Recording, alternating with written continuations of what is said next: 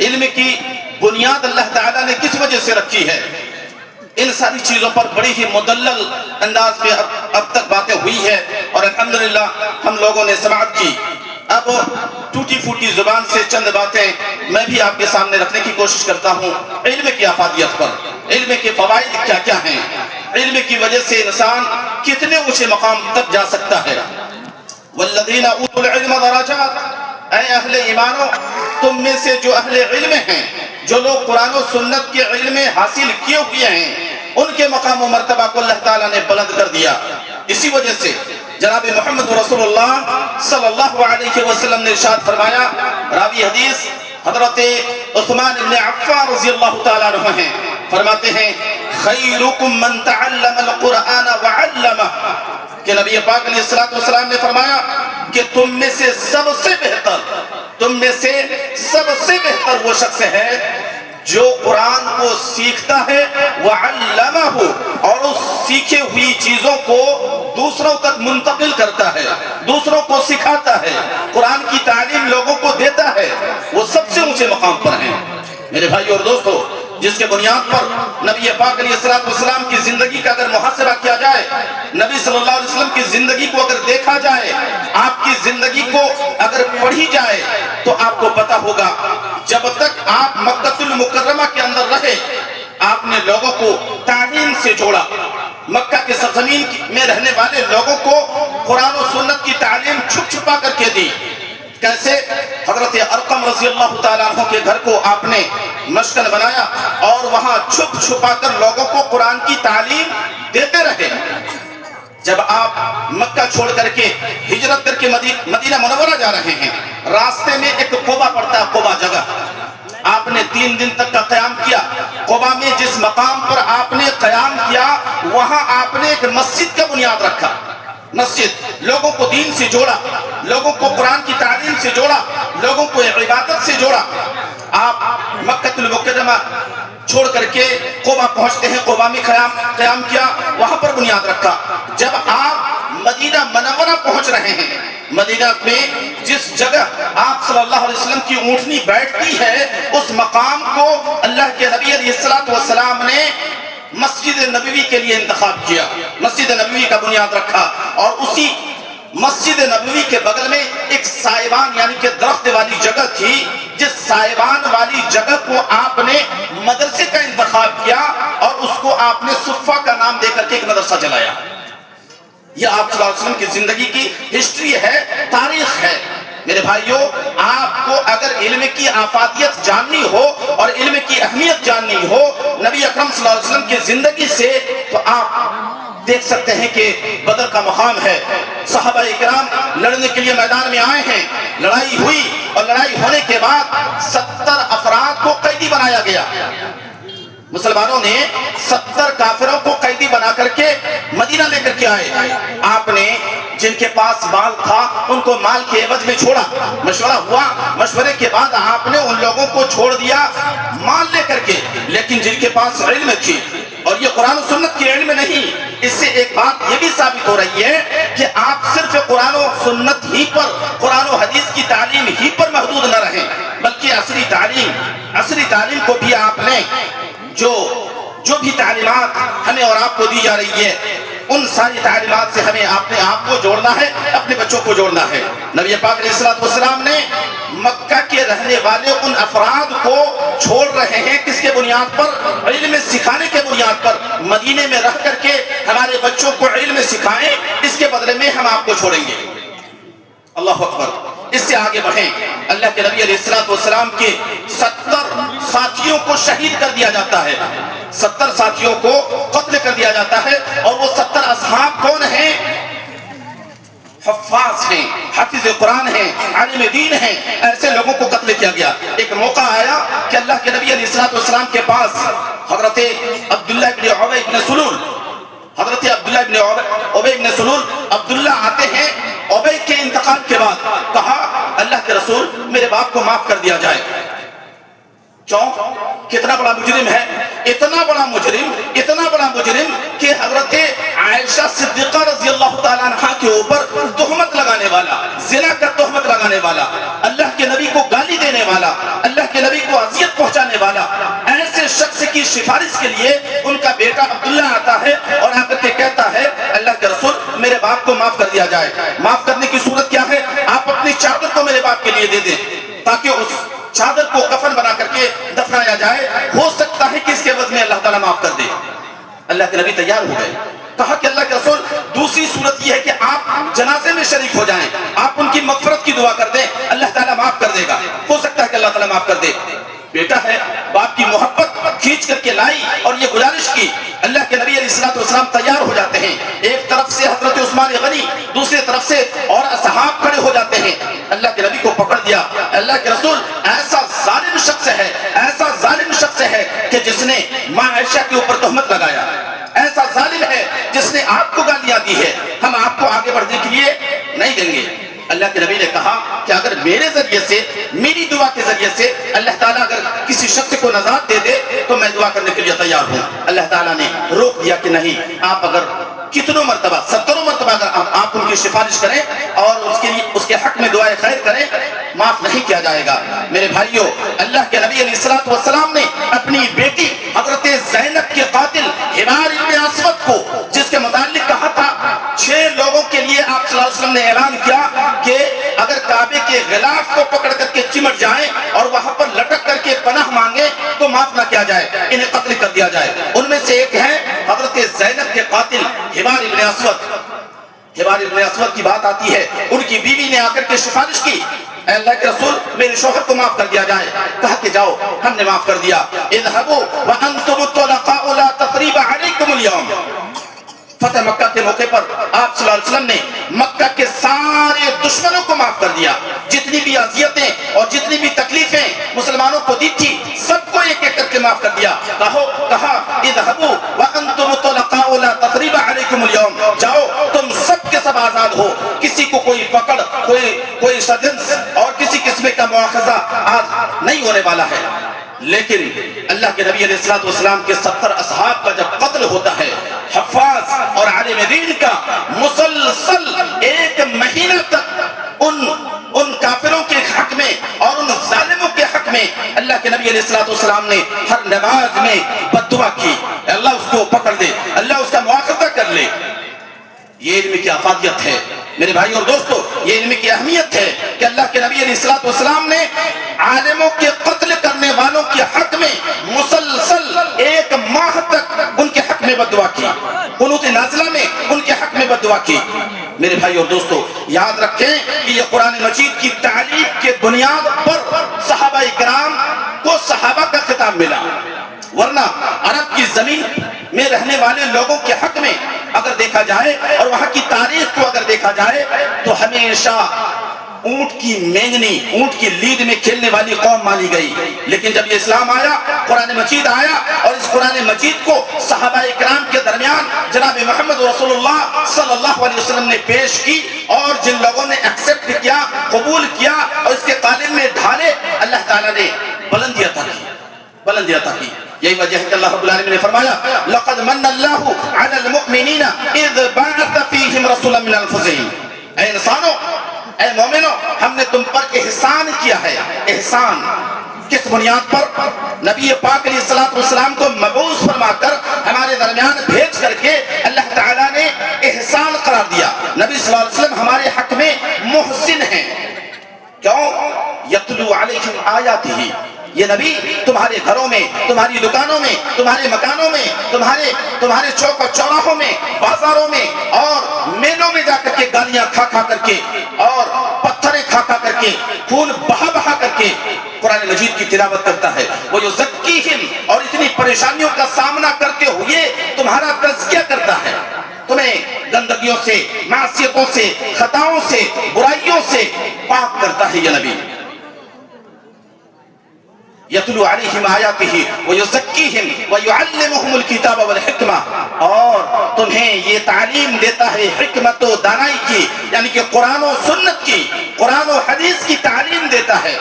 جس کے بنیاد پر اللہ تعالیٰ نے احسان قرار دیا نبی اکرم صلی اللہ علیہ وسلم کی بعثت کو. وَإِن كَانُوا مِن قَبْلُ لَفِي ضَلَالٍ مُبِينٍ. اگر تم اپنی پرانی تاریخ کو دیکھو گے، اپنی پرانی تاریخ کو پڑھو گے، اپنے آپ کو صریح اور کھلی ہوئی گمراہی میں پاؤ گے. زمانہ جاہلیت کا دور جو آپ نے دیکھا ہے کہ دنیا کی ساری برائیاں اس قوم کے اندر موجود تھی، اس قرآن مجید کے ذریعے سے اللہ رب العالمین نے اس قوم سے اس ضلالت کو اور گمراہی کو ہٹایا اور قلع کما کیا جناب محمد رسول اللہ صلی اللہ علیہ وسلم کے ذریعے سے. میرے بھائی اور دوستو، ہم آگے بڑھیں کہ یہ علم کے بنیاد پر صحابہ کرام نے اپنے آپ کو بلندیوں پر لے کر کے گئے، بلندیوں میں لے کر کے گئے، جس کی وجہ سے ضرورت اس بات کی ہے کہ ہم اپنے بچوں کو قرآن مجید کی تعلیم دیں، مدارس اسلامیہ سے جوڑیں. ہم اپنے بچے کے ہاتھوں میں موبائل کے بجائے قرآن مجید تھمائیں، اپنے بچوں کو مدارس تک پہنچائیں، مدرسے کے گیٹ تک پہنچا کر کے سجا سنوار کر کے جو اسکول اور کالج میں اپنے بچوں کو پڑھاتے ہیں. آپ نے دیکھا ہوگا کتنے زیادہ محنت اس کے پیچھے کی جاتی ہے. فجر کے وقت اٹھنا، اس کو نہانا دھلانا اور اس کے لیے کپڑا ڈریس چینج کرنا، ہر دن کا الگ الگ کپڑا. یہ محنت صرف اس لیے ہوتا ہے اور اس لیے ہم اور آپ کرتے ہیں کہ یہ کالج میں پڑھنے کے لیے جا رہا ہے. مدرسے کے بچے کو دیکھیں کہ جو پھٹا پرانا کپڑا ہے وہی کپڑا پہن کر کے ناک میں نیٹا لگا ہوا ہے اور جس انداز میں ہے اسی انداز میں لے جا کر کے مدرسے کے بچے کو جا کر کے بیٹھا دیا جاتا ہے. نہیں میرے بھائیوں، یاد رکھیں یہ تعلیم اللہ تعالیٰ نے دنیا کی سب سے عظیم تعلیم بتائی ہے اور اس کا بنیاد بھی، اسلام کا بنیاد بھی رکھا اللہ رب العالمین نے تعلیم پر. نبی پاک علیہ السلام کے اوپر جو آیت نازل ہوتی ہے سورۃ الاقراء کی، جس میں اقرا سے شروع ہی ہو رہا ہے، پڑھنے سے شروع ہو رہا ہے. اللہ کے نبی علیہ السلام کو آ کر کے جبریل امین دباتے ہیں دبا کر کے وہ کہتے ہیں کہ اقرا بسم ربک الذی خلق. یہ معاملہ کیا ہے؟ سینے سے دبانا اور زور سے دبانا، پھر چھوڑنا، پھر زور سے دبانا. یہ معاملہ کیا ہے؟ سینے سے لگانے کا مطلب یہ ہے کہ اپنے دل اور سامنے والے کے دل میں مطابقت ہو اور اپنی بات کو ان تک منوایا جائے، ان تک چھوڑا جائے.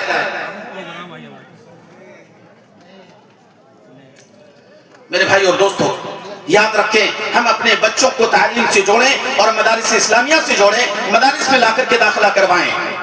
آپ اپنے بچے کو اسکول اور کالج میں ڈالیں اور اپنے بچے کو اونچا سے اونچا عہدے میں فائز کروا دیں.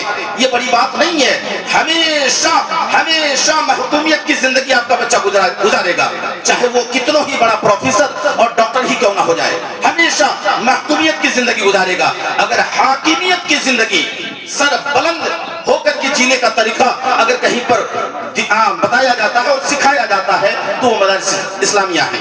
مدارس اسلامیہ میں آ کر کے اپنے بچوں کو ڈالا جائے اور یہاں پر تعلیم دی جائے. میرے بھائیوں، اور یہ طلبہ کا جو پروگرام ہوا آج انجمن، یہ سالانہ انجمن، یہ طلبہ نے اپنی تقاریر جو پیش کی، میرے بھائیوں یاد رکھیں ان بچوں کو تعلیم و تربیت سے جوڑنے کا مقصد ہی یہی ہے کہ ہم اپنے بچے کو دنیا اور آخرت میں کامیاب کریں. دنیا اور آخرت میں اللہ رب العالمین نے فرمایا کہ یہ کامیابی کا معیار ہمارا اور آپ کا کیا ہے؟ کہ ڈاکٹر بن جائے ہمارا بچہ، انجینئر بن جائے ہمارا بچہ، پائلٹ بن جائے ہمارا بچہ، اونچے عہدے پر فائز ہو جائے. یہ کامیابی کا معیار نہیں ہے. اللہ رب العالمین کی نظر میں کامیابی کا معیار کیا ہے؟ فمن زحزح عن النار وادخل الجنة فقد فاز. جن کو جہنم سے دور کر دیا گیا اور جنت میں داخلہ کی سرٹیفکیٹ مل گئی، فقد فاز، یہی کامیاب ہے. اور یہ کامیابی جو جہنم سے دور ہونا اور جنت میں داخلے کی سرٹیفکیٹ ملنا، یہ کہاں سے ممکن ہے؟ یہ ممکن ہے قرآن و سنت کی تعلیم سے. قرآن و سنت کی تعلیم کے بنیاد پر ہی ہم جان سکتے ہیں کہ دنیا میں رہنے کا طریقہ اور جینے کا طریقہ کیا ہے. آج یہ شکایت آتی ہے اور ہر طرف سے شکایت آتی ہے، بچے کی شکایت، باپ کا بات نہ ماننا، شادی کے بعد بہو ہماری بات نہیں مانتی، بیٹا ہمارا بات نہیں مانتا. کہاں سے مانے گا اور کیسے مانے گا اور کیوں مانے گا؟ آپ نے وہ تربیت نہیں دی، آپ نے وہ تعلیم نہیں دی، آپ نے اس کو دینی تعلیم نہیں دی ہے. نبی اکرم صلی اللہ علیہ وسلم کی سیرت کو آپ نے پڑھایا نہیں ہے. آپ صلی اللہ علیہ وسلم کی زندگی کا مطالعہ آپ کے بچہ نے نہیں کیا ہے. آپ کے بچہ نے یہ نہیں جانا کہ باپ کا حق کیا ہے، ماں کا حق کیا ہے، پڑوسی کا حق کیا ہے، اور اپنوں کا حق کیا ہے، غیروں کا حق کیا ہے۔ ان حقوق سے ناآشنا ہونے کے بنیاد پر، نہ جاننے کے بنیاد پر ماں باپ کو ٹھوکریں کھاتی ہے، ماں باپ کو گھر سے نکالا جاتا ہے اور ماں باپ کو گالیاں ملتی ہے۔ جبکہ شریعت اسلامیہ نے ہمارے بچوں کے لیے، ابھی ہمارے مولانا عبد الخبیر صاحب نے بچے کی تربیت پر اور بچے کتنی بڑی نعمت ہے ہمارے اور آپ کے لیے، اس پر بڑی مدلل باتیں کی ہیں۔ ہاں میرے بھائیوں، ہمارے لیے ہمارے یہ بچے بڑی نعمت ہیں، ان نعمت کی قدر کی جائے۔ ہم ان بچوں کو اس جگہ اور موافق جگہ پر لا کر کے کھڑا کریں جہاں اس کی ضرورت ہو، جہاں جتنی خوراک ملنی چاہیے انہیں وہ خوراک دیں، وہ تعلیم دیں اور وہ تربیت دیں۔ نبی پاک علیہ السلام نے کامیابی کی ضمانت دی ہے کتاب اللہ و سنت رسول کے قالب میں ڈھالنے کے بنیاد پر، اور سنت رسول پر اور کتاب اللہ کے قالب میں ڈھالا کب جا سکتا ہے؟ جب تک ہمارے پاس تعلیم نہیں، ہم اس کے قالب میں مکمل طور پر ڈھال نہیں سکتے۔ اللہ رب العالمین نے فرمایا قل هل يستوي الذين يعلمون والذين لا يعلمون، اے نبی آپ کہہ دیجئے کیا ایک جاننے والا اور نہ جاننے والا دونوں برابر ہو سکتے ہیں؟ ایک بینا اور ایک نابینا دونوں برابر ہو سکتے ہیں کیا؟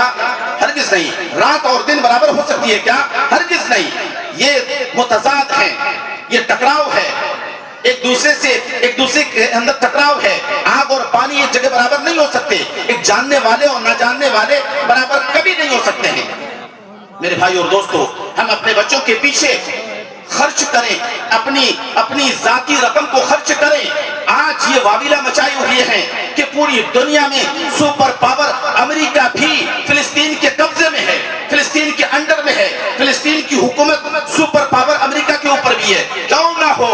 آپ کو پتا ہے دنیا کی جتنی بھی نیٹ ورکنگ جو واٹس ایپ میں اور گوگل اور فیس بک اور جتنے بھی نیٹ ورکنگ کا آپشن ہے، یہ تمام کی تمام کمپنیاں کس کی ہیں؟ یہودیوں کی۔ آپ کو پتا ہونا چاہیے، آپ کول ڈرنکس جتنے بھی لے رہے ہیں، یہ کول ڈرنکس جتنے بھی ہیں، یہ تمام کی تمام کمپنیاں کس کی ہیں؟ یہودیوں کی۔ اور اس کے 40%، ایک دو نہیں 40% جو نکلتا ہے وہ بچوں کی تعلیم و تربیت پر وہ لوگ خرچ کرتے ہیں۔ یہ فلسطین یہودی کتنے ہیں؟ دنیا کی سب سے قلیل تعداد میں رہنے والی قوم ہے یہ، دنیا کی سب سے قلیل تعداد، سب سے کم تعداد۔ فلسطین کتنا بڑا ہے؟ ہمارے دیش کا ایک چھوٹا سا راج جس کو راجستھان کہا جاتا ہے، راجستھان کے برابر پورا فلسطین ہے اور پوری دنیا پر اس کا قبضہ ہے۔ پوری دنیا اس سے ڈر رہی ہے، پوری دنیا کے اوپر اس نے اپنا قبضہ جمایا ہوا ہے۔ سپر پاور امریکہ بھی اس کے اشارے پہ ناچ رہی ہے۔ کیوں؟ اس لیے کہ تعلیم اس کے پاس ہے، ہتھیار اس کے پاس ہے۔ جس تعلیم کو جناب محمد رسول اللہ صلی اللہ علیہ وسلم نے ہمیں اور آپ کو عام کرنے کے لیے کہا، اس تعلیم سے ہم نے اپنے بچوں کو توڑ دیا، روک دیا، اور ان بچوں کے ہاتھوں میں ان یہودیوں کی ایجاد کردہ موبائل اور اس کی نیٹ ورکنگ کو ہمارے بچوں کے ہاتھوں میں تھما دیا۔ برباد ہوتے ہوئے ہم نے اپنے بچوں کو چھوڑ دیا۔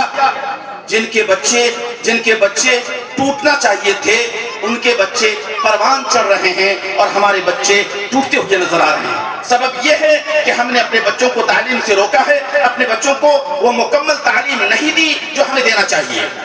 میرے بھائی اور دوستو، یاد رکھیں، ہم سربلند تب ہو سکتے ہیں جب تعلیم عام ہوگا۔ آپ سروے کیجئے، آپ انصاری برادری کا سروے کیجئے، آپ اپنے بچوں کو دیکھیے کتنے بچے کامیاب ہیں، کتنے بچے پروفیسر ہیں، کتنے ہمارے انصاری برادری کے ڈاکٹر ہیں، کتنے ہمارے انصاری برادری کے مدنی عالم دین ہیں، ہمارے انصاری برادری کے کتنے بڑے عالم دین ہیں۔ 0% آئے گا۔ میرے بھائی اور دوستو، ہم اپنے بچوں کے پیچھے، تعلیم کے پیچھے خرچ کریں، اور یہ خرچ کرنے کے بنیاد پر اور موافق تعلیم دینے کے بنیاد پر ہمارا سماج، ہمارا معاشرہ، ہمارا سوسائٹی اور ہمارا علاقہ پروان چڑھے گا۔ ہم کامیاب ہوں گے اور کامیابی کی دہانے میں قدم رکھ سکتے ہیں۔ یہ کامیابی اگر چاہیے تو ہمیں تعلیم سے اپنے آپ کو، ہمارے بچوں کو جوڑنا ہے۔ موبائل ہٹائیے، یہ موبائل اپنے بچوں کے ہاتھوں سے ہٹائیے، اور یہ چھوٹے چھوٹے مکاتب جو ہر گاؤں میں چل رہے ہیں، ان مکاتب کو اور چھوٹے چھوٹے مدرسوں کو مضبوط کیجیے۔ اس ادارے میں آپ تعاون کریں اور بھرپور تعاون کریں۔ علماء جو ہمارے اساتذہ کرام ہیں ان کی تنخواہ کو مضبوط کریں تاکہ آپ کو اچھی تعلیم ملے، آپ کے بچوں کو آپ کا سماج، آپ کا معاشرہ اسلامی معاشرہ اور اسلامی سماج بن سکے۔ اس کے لیے ضرورت ہے کہ ہم اپنی قربانی کے لیے اپنے آپ کو تیار کریں، قربانی کے لیے اپنے آپ کو تیار کریں۔ اور قربانی کتنی کرنی ہے؟ بچوں کی نگرانی، بچوں کی گائیڈ اور اساتذہ کے پیچھے خرچ اور بچوں کے لیے پڑھائی میں جو بھی خرچ آئے اس کو برداشت کرنے کے لیے ہم اپنے خوراک سے، اپنے کھانے کی چیزوں سے کٹوتی کر کے اپنے بچوں کو تعلیم دیں۔ یہ کامیابی کی راز اور کامیابی کی ضمانت ہے۔ میرے بھائی اور دوستو، اللہ کے نبی علیہ السلام نے وہ بدر کے مقام پر قیدیوں کو جو چھوڑا تعلیم دینے کے بنیاد پر، میرے بھائیو ہم بھی اپنے آپ کو تیار کریں اور تعلیم کو عام کرنے کے لیے کمر بستہ ہو جائیں، پوری طریقے سے تیار ہو جائیں۔ نبی پاک علیہ السلام نے اس تعلیم کو عام کرنے کے لیے صحابہ کرام کو لکھوایا، پڑھوایا، اور آپ صلی اللہ علیہ وسلم امی تھے، پڑھے لکھے نہیں تھے۔ آپ صلی اللہ علیہ وسلم امی تھے، پڑھے لکھے نہیں، حتیٰ کہ اپنا نام کہاں پر ہے یہ بھی نہیں جان رہے تھے۔ ایک مرتبہ صلح حدیبیہ کے موقع پر نام جب کاٹا جا رہا تھا، حضرت علی سے پوچھ رہے کہ نام کہاں ہے، نام بتایا جائے۔ آپ نے اپنے ہاتھ سے اپنے قلم کو چلایا، یعنی کہ آپ امی تھے لیکن اپنے اصحاب کو تعلیم کے لیے اتنا ابھارا کہ اللہ کی قسم بدر کے ظالموں کو آپ نے چھوڑا ہے تعلیم دینے کے بنیاد پر۔